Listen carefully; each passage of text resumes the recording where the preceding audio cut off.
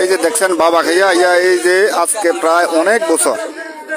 কষ্ট দিতেছে সবাই, এই যে এলাকা সবাই কষ্ট দিতেছে। এই দেখেন এই যে এলাকাবাসী,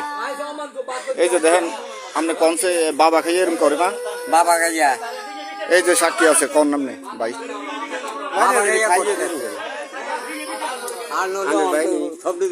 প্রতিদিন বাবা খাইয়া খাইয়া এই